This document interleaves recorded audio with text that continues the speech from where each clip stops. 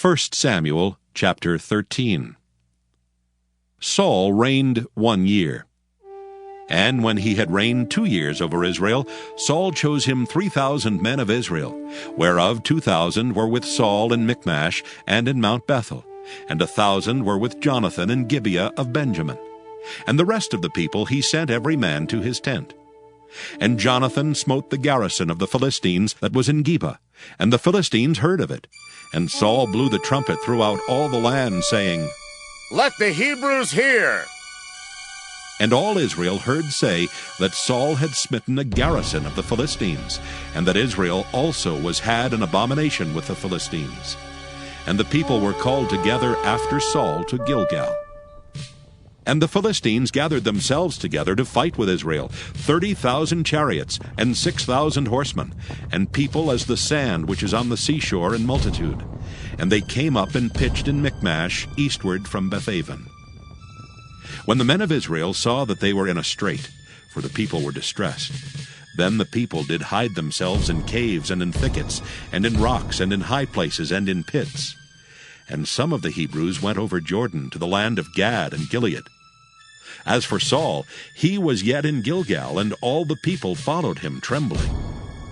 And he tarried 7 days, according to the set time that Samuel had appointed. But Samuel came not to Gilgal, and the people were scattered from him. And Saul said, "Bring hither a burnt offering to me, and peace offerings." And he offered the burnt offering. And it came to pass, that as soon as he had made an end of offering the burnt offering, behold, Samuel came, and Saul went out to meet him, that he might salute him. And Samuel said, "What hast thou done?" And Saul said, "Because I saw that the people were scattered from me, and that thou camest not within the days appointed, and that the Philistines gathered themselves together at Michmash. Therefore, said I, the Philistines will come down now upon me to Gilgal, and I have not made supplication unto the Lord. I forced myself, therefore, and offered a burnt offering." And Samuel said to Saul, "Thou hast done foolishly. Thou hast not kept the commandment of the Lord thy God, which he commanded thee. For now would the Lord have established thy kingdom upon Israel forever. But now thy kingdom shall not continue. The Lord hath sought him a man after his own heart, and the Lord hath commanded him to be captain over his people, because thou hast not kept that which the Lord commanded thee." And Samuel arose and gat him up from Gilgal unto Gibeah of Benjamin. And Saul numbered the people that were present with him, about 600 men. And Saul and Jonathan his son, and the people that were present with them, abode in Gibeah of Benjamin. But the Philistines encamped in Michmash. And the spoilers came out of the camp of the Philistines in 3 companies. 1 company turned unto the way that leadeth to Ophrah, unto the land of Shual. And another company turned the way to Bethhoron. And another company turned to the way of the border that looketh to the valley of Zeboim toward the wilderness. Now there was no smith found throughout all the land of Israel, for the Philistines said, "Lest the Hebrews make them swords or spears." But all the Israelites went down to the Philistines to sharpen every man his share, and his coulter, and his axe, and his mattock. Yet they had a file for the mattocks, and for the coulters, and for the forks, and for the axes, and to sharpen the goads. So it came to pass in the day of battle that there was neither sword nor spear found in the hand of any of the people that were with Saul and Jonathan. But with Saul and with Jonathan his son was there found. And the garrison of the Philistines went out to the passage of Michmash. 1 Samuel chapter 14. Now it came to pass upon a day that Jonathan the son of Saul said unto the young man that bare his armor, "Come, and let us go over to the Philistines' garrison that is on the other side." But he told not his father. And Saul tarried in the uttermost part of Gibeah under a pomegranate tree, which is in Migron. And the people that were with him were about 600 men.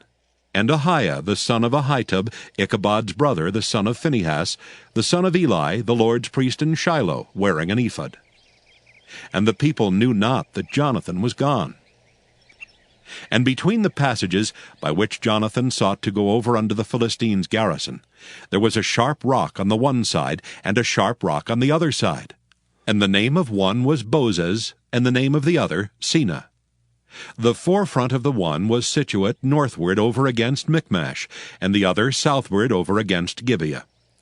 And Jonathan said to the young man that bare his armor, Come, and let us go over unto the garrison of these uncircumcised. It may be that the Lord will work for us. For there is no restraint to the Lord to save by many or by few.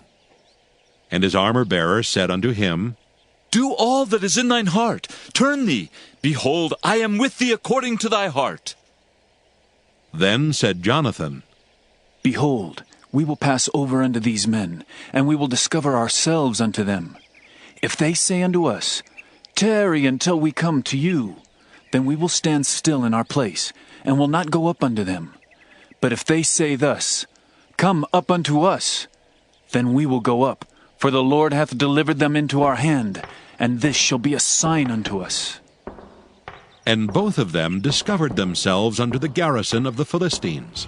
And the Philistines said, Behold, the Hebrews come forth out of the holes where they had hid themselves.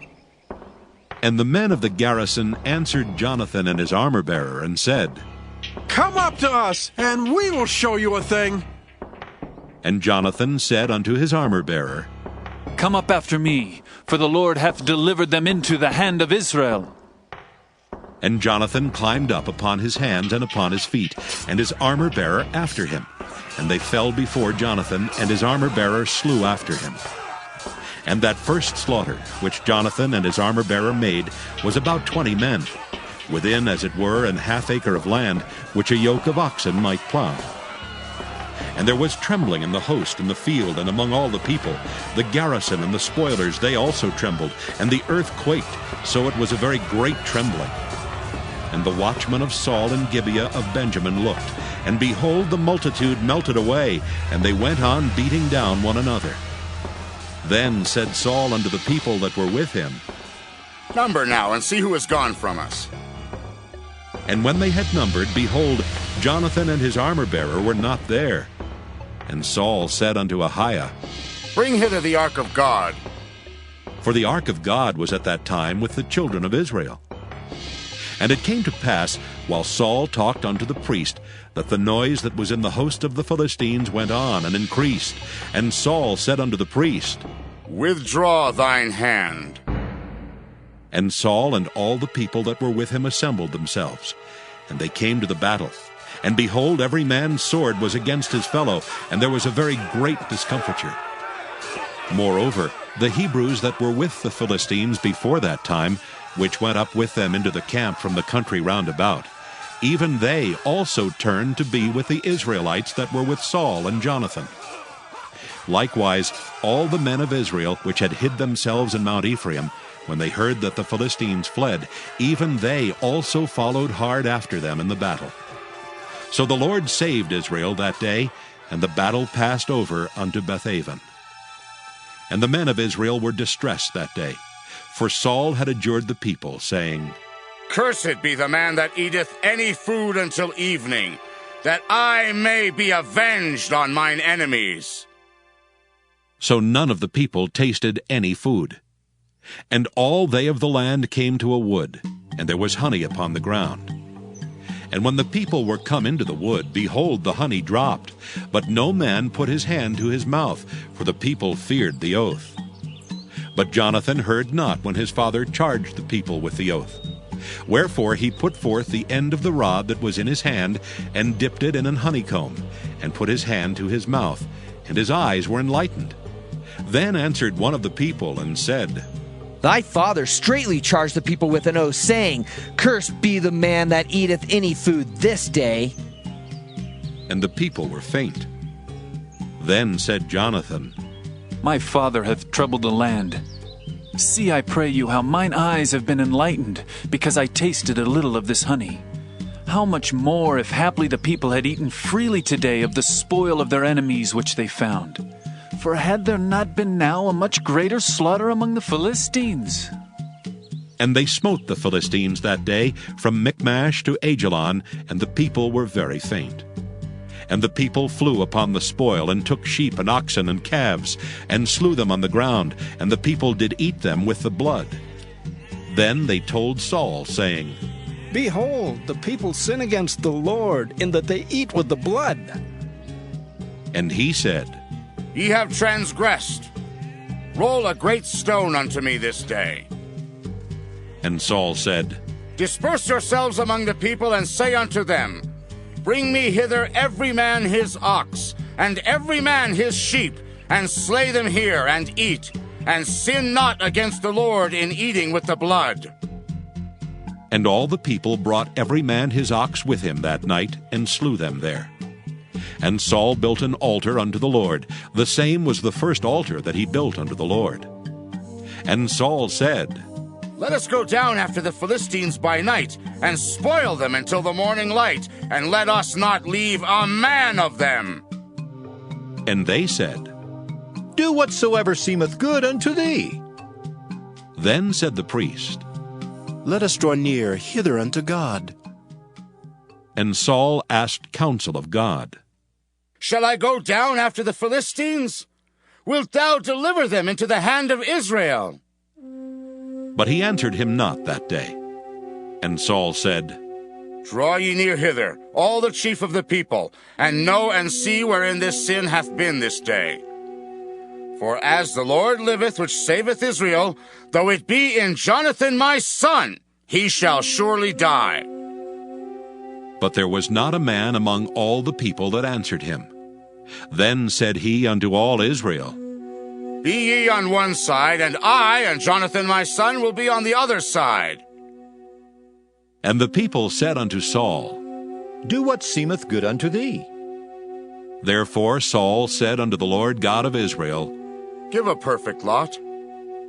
And Saul and Jonathan were taken, but the people escaped.